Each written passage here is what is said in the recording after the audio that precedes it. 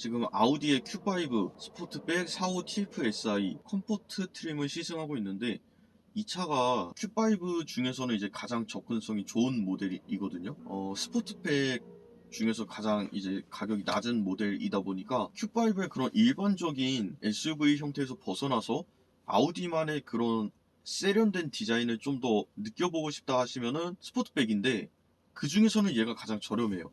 Q3는 아예 급이 다르니까 Q5만 비교하자면 이렇습니다. 그래서 어떻게 보면 가장 낮은 트림이니까 옵션이 가장 덜 들어가 있을 거잖아요. 그래서 자동차 그 자체의 완성도만 느끼기에는 얘가 가장 괜찮은 건데, 차 자체의 완성도만 놓고 보자면 상당히 높아요.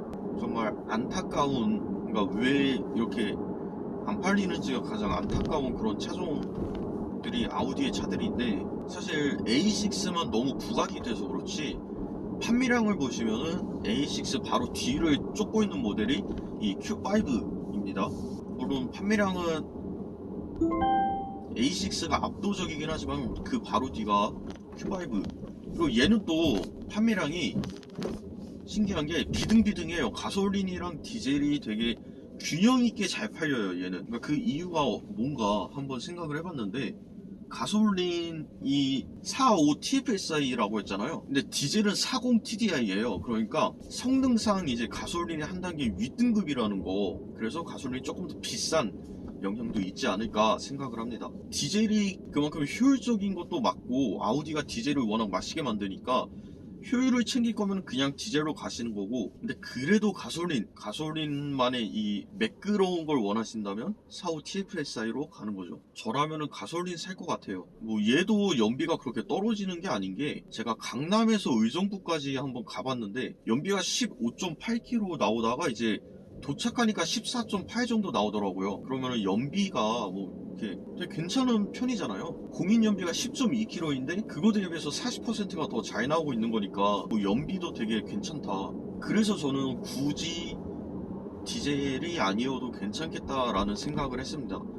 물론 근데 장거리가 엄청 많고 그러시면은 뭐 연간 3만 킬로 정도 탄다 그러면은 디젤이 맞긴 해요. 디젤의 공인연비가 13.7이니까 똑같은 코스로 주행한다고 했을 때 20은 넘겼을 거예요. 걔는 아마. 장거리가 많다면 그냥 디젤 가시는 게 맞고, 하지만 그게 아니고 그냥 일상적인 주행, 뭐 출퇴근, 그냥 잠깐 주말에 교회 나들이, 뭐 아니면은 아이들 픽업, 주말용 패밀리카 캠핑 이런다고 하시면 그냥 가솔린을 선택하시는 게 괜찮지 않을까 생각해요. 컴포트이지만 여기 버추얼 콕핏 클러스터 적용되어 있고 12.3인치면서 이렇게 내비게이션이, 이게 아마 카메라에 살짝 보일 것 같기는 한데 내비가 되게 괜찮기는 괜찮아. 근데 아직 익숙하지가 않아요.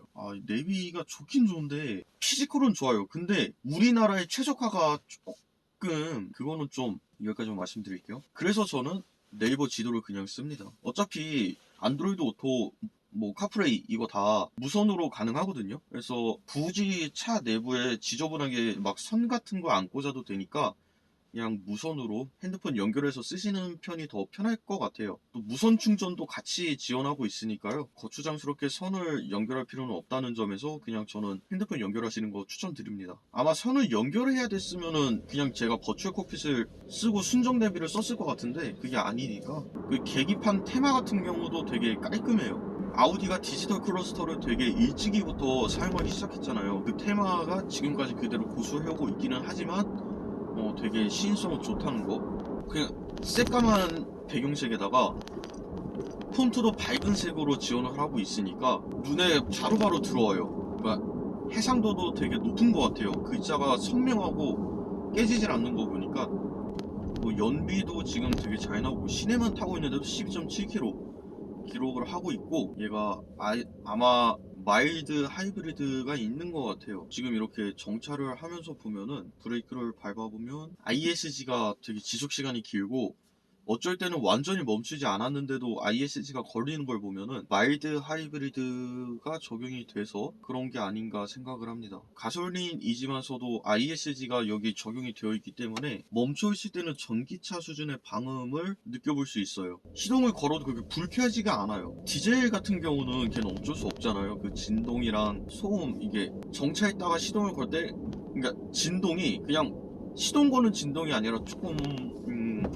차가 엄청 떠는 듯한 그런 진동이어서 디젤은 어쩔 수가 없는데, 이건 가솔린은 확실히 진동도 그렇게 거슬리지는 않습니다. 되게 깔끔하게 잘 만들었다, 그렇게 생각을 하고, 이게 마일드 하이브리드가 없는 차들을 비교해보면은 ISG의 반응도 되게 빨라요. 이거 확실히 ISG 있는 것 같은, 마일드 하이브리드 있는 것 같은데, 이거 한번 자막으로 남겨볼게요. 아우디만의 또 장점 중에 하나가 있죠. 후측방 경고 시스템이 사이드미러에 완전히 이게 주황색으로 깜빡깜빡 거린다는 건데, 이거는 아우디만이 가지고 있는 강점 중에 하나라고 생각합니다. 후측방을 확실하게 차가 있다고 전달을 해주면서 좀 안전운전을 도울 수 있는 그런 장치라고 생각을 해요. 분명히 사이드미러 보고 숄더 체크를 한다고 해도 차이나의 순간에 사각지대가 생길 수 있기 때문에 이런 부분은 아우디가 세심하게 배려한 것 같습니다. 내 좌석 전부 다 윈도우는 원터치로 열고 닫을 수 있고, 공조장치는 3존 오토가 기본으로 적용이 돼요. 그리고 뒷좌석 공조도 앞에서 같이 조절을 할 수가 있어요. 뭐 아기들이 탔거나 그러면은 이제 우리가 해줘야 되잖아요, 공조를. 그럴 때 패밀리카로서도 되게 괜찮게 사용할 수 있겠다, 그런 생각이 들고, 가속 성능도 얘가 제로백이 6.1초예요. 6.1초면은 요즘 차들이 상향 평준화가 돼서 그렇지 이게 절대 낮은 수치가 아니잖아요. 성능은 충분히 뒷받쳐주고 불편함은 없습니다. 밟아보면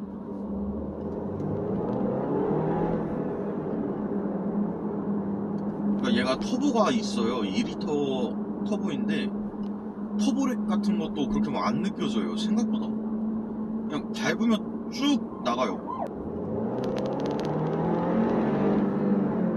시원하게 밀어주는 느낌이라고 할까요? 그리고 엔진의 음색 같은 것도 4기통인데도 불구하고 깔끔해요. 몰아본 4기통 중에는 이제 손에 꼽히는 그런 느낌인 것 같은데, 음색이 되게 깔끔하고 엔진의 그런 질감도 제가 느껴본 차 중에는 되게 괜찮습니다. 4기통을, 그러니까 4기통도 자연흡기가 있고 터보가 있는데, 자연흡기가 갑자기 떠올라가지고, 그 자연흡기는 당연히 매끄러워야 돼요. 그리고 터보가 달린 차 중에서 이렇게 막 매끄러운 음색은 얘가 거의 최고인 것 같아요. 터보가 달리면 좀 이제 거친 음색이 좀 나는데, 얘 같은 경우는 되게 매끈한 음색이 들려서 호불호가 가리지 않을 것 같아요. 그냥 대중적으로 일반적으로 생각을 했을 때 아우디에서 지금 가장 가성비 괜찮은 차가 뭐냐, 가장 살만한 차가 뭐냐 한다면 저는 A7 하이브리드이긴 하지만, A7 하이브리드 걔도 어차피 1억이기 때문에 1억이라는 돈을 가지고 생각했을 때 가성비가 좋다는 거고, 그냥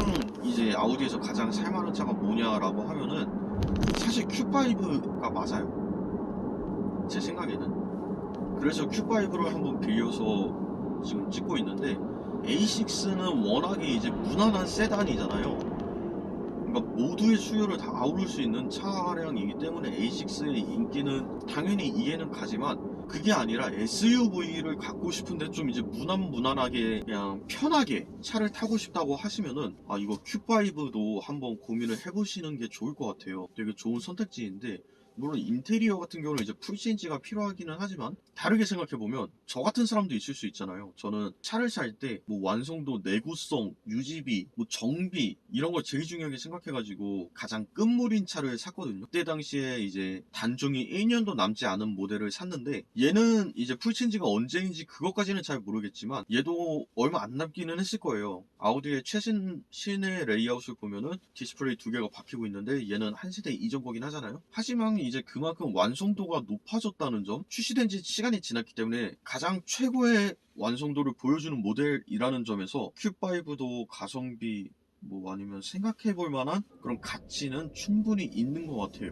프리미엄 브랜드에서 나온 차량이다 보니까 웬만한 사양들을 다 충족시켜주고, 승차감에서 이제 고급스러운 느낌을 당연히 원하실 텐데 얘는 그걸 충족시켜주고 있습니다.